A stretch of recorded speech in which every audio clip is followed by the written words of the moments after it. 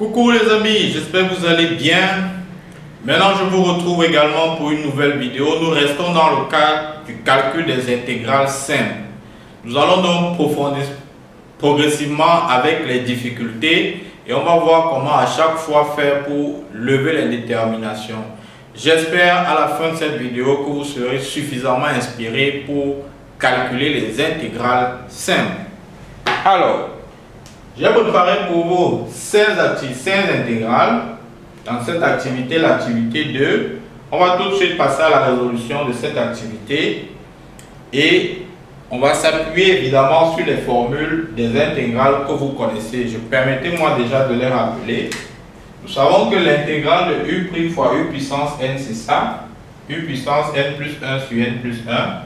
L'intégrale de u' sur u puissance n, c'est ça. De u' racine de u, c'est 2 tiers de u racine de u. De u' sur racine de u, c'est 2 racines de u.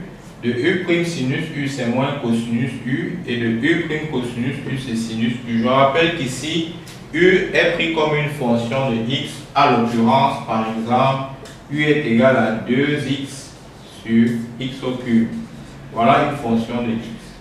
Par exemple, j'ai bien dit. L'intégrale de sinus ax, c'est moins 1 sur a cosinus ax. De cosinus ax, c'est 1 sur a sinus ax. Et l'intégrale de u' cos carré u, c'est tangente u. Ça sont des formules essentielles lorsque vous voulez calculer les intégrales. Il faut les maîtriser. Ça nous permet de déterminer la primitive de la fonction en question pour laquelle on est en train de calculer l'intégrale. L'intégrale, je rappelle, c'est un réel, mais on a besoin de la primitive pour pouvoir calculer cela. Donc, première chose, quand je veux calculer ça, je prends mon f de x qui est x moins 1 racine de x carré moins 2x plus 1. Le principe ici, c'est de chercher à mettre notre petit f sous la forme d'une formule de primitive que l'on connaît. Donc vous venez ici, vous regardez votre f et vous cherchez parmi les différentes formules qui sont ici sur le membre de gauche. F là correspond à quel type de formule? Quand on la regarde, on est tous d'accord qu'elle n'est pas comme ça, elle n'est pas comme ça, elle semble être comme ceci. D'accord? Puisqu'on a racine de u là. Et les autres, ce n'est pas ça. Donc, quand on la regarde, on a l'impression qu'elle semble être comme ceci. Donc, ce qu'on va faire, c'est de chercher donc à écrire f en fonction de u' racine de u. Ou bien sous la forme u' racine de u si c'est possible. Si c'est dans le cas, la première chose qu'il faut faire, c'est d'identifier u. Le u, c'est ce qui est à l'intérieur de la racine du radical. Donc on vient ici sur la fonction f, on va poser, on pose u égale, on écrit posons, u égale à x au carré moins 2x plus 1. Voilà, dès que c'est fait, on calcule sa dérivée. U', ça va donc faire 2x moins 2. Je crois qu'on est tous d'accord là-dessus. Maintenant, il est question de chercher à voir si votre f est sous la forme u' racine de u ou bien ce peut s'écrire sous la forme en fonction de u' racine de u. Quand je regarde, voilà mon u', voilà mon u. F de x, quand je fais, ça fait x moins 1 racine de x carré moins 2x plus 1. Ça c'est u, ça là c'est u. Mais ça c'est pas u. Par contre, quand je vois les deux, j'ai le sentiment que si je mets 2 en facteur, je vais avoir 2 facteurs de x moins 1. Or ce x moins 1 c'est ça.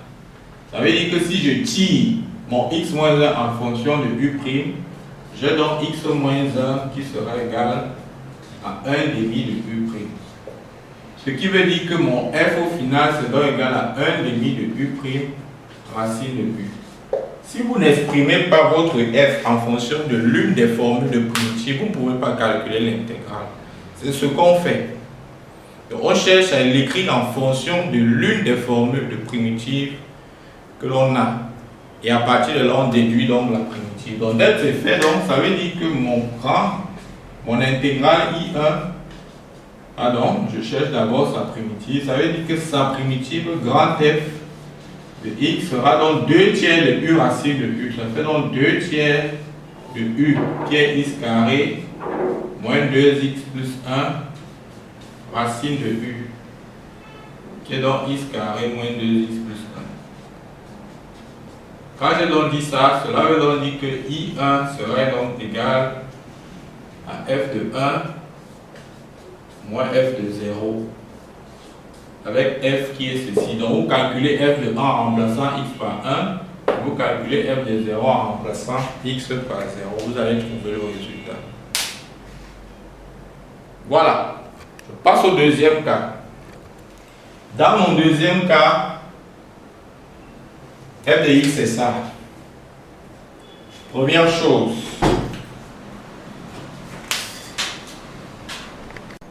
alors quand je regarde, je vois que première chose, mon F ne correspond qu'à ceci.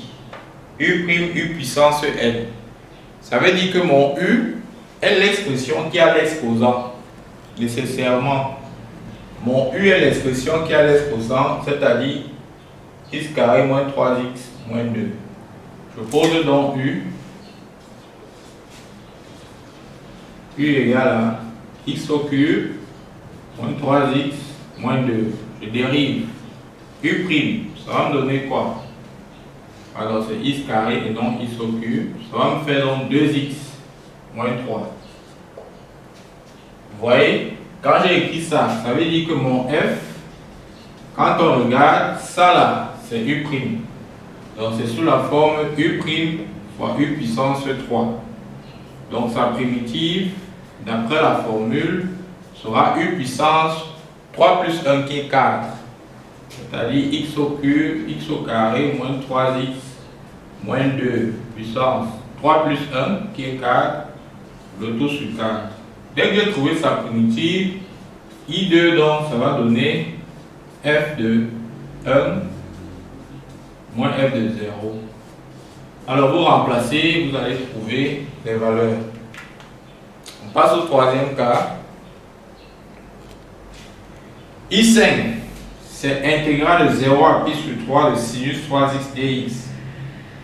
F de x c'est sinus 3x.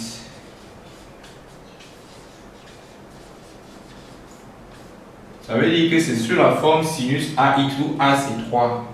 Et nous savons que la primitive de sinus AX c'est moins 1 sur A cosinus AX.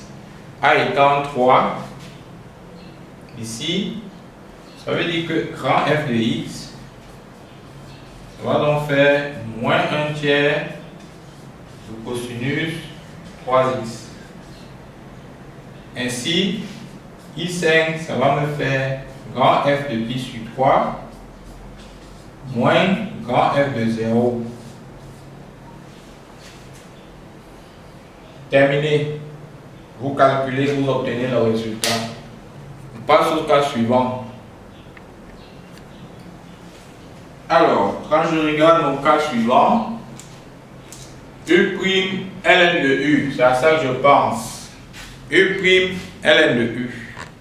Est-ce que j'ai la formule de U' ln de U? Je sais que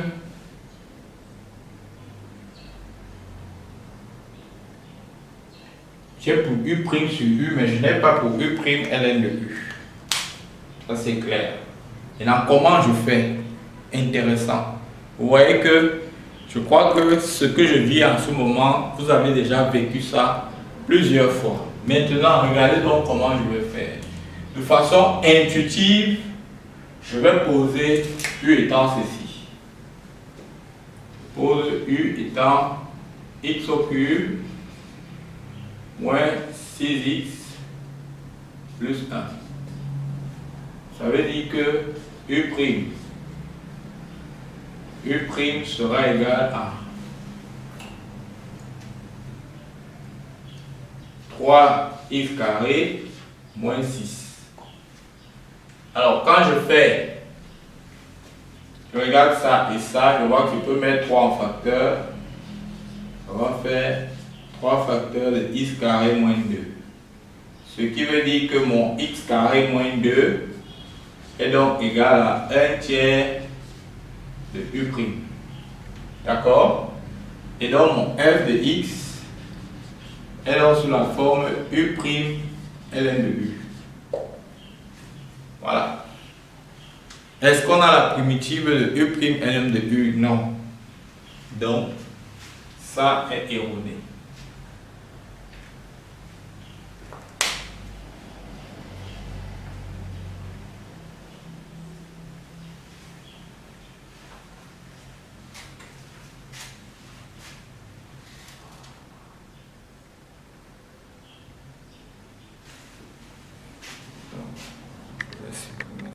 Bien, mon I4. Dans mon I4, quand je regarde mon expression, je vois que cette expression, puisque j'ai un quotient avec une racine, elle correspond littéralement à ceci. D'accord? Vous voyez, ça correspond littéralement à ceci. Donc maintenant j'ai identifié ça comme ça. Je sais donc que mon U que je vais poser ne sera rien d'autre que ce qui est à l'intérieur du radical. Donc je pose U égale à 2x carré moins 4x. Quand je l'ai fait, je dérive. En dérivant, U' va devenir 4x moins 4. D'accord? Ici donc, j'ai x moins 1, là j'ai 4x moins 4. Vous voyez qu'il faut mettre 4 en facteur de x moins 1. Donc dès que c'est fait, vous tirez x moins 1. X moins 1 donc sera 1 quart de u'.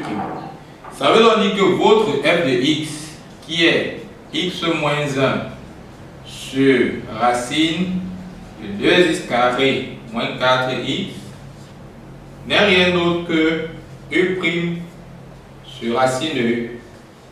Ce qui veut dire que grand F de x sera 2 racines de u, c'est-à-dire 2 racines de 2x carré moins 4x. Dès lors que c'est fait, I4 est un jeu d'enfant. Ça devient donc f de moins 1 moins f de moins 2. Et vous calculez ça jusqu'à la fin pour obtenir le résultat. Voilà donc, chers amis, on arrive au terme de cette vidéo. J'espère que toutes mes explications que je viens d'énoncer vous a plu et que cela va vous inspirer grandement dans le calcul des intégrales. Progressons donc dans le sens des difficultés croissantes.